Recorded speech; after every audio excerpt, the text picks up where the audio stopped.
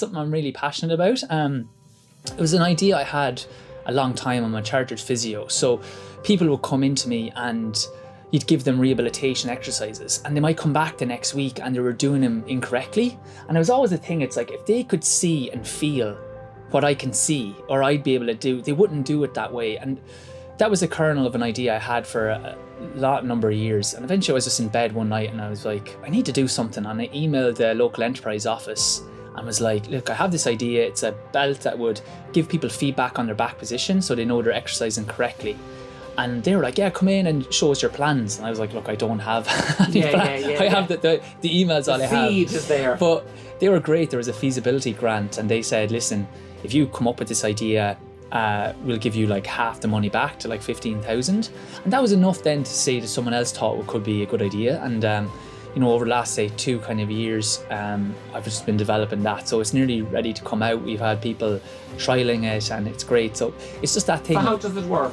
So basically it's a belt on your back, and you can see your back position on an app, or if you're following along with a video. So like, say I'm on a screen doing Pilates or doing a gym or a back rehabilitation, you can see what your back position is, and then you can see what mine is as well.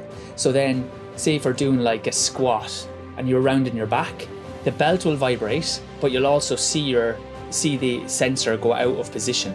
So it's indicating that you've kind of gone a bit askew. Yeah, because what a lot of people do is they move too much through their back a lot, even just during the day, because we're stiff through our hips. So this kind of tells you when you start moving through your back and not through your hips. I see it a lot in plank as well, like on the ground.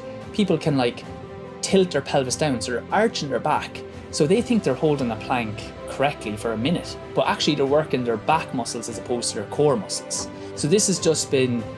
And presumably doing damage by doing so. Yeah, exactly. Especially I see people in the gym, doing deadlifts or squats with heavy weights.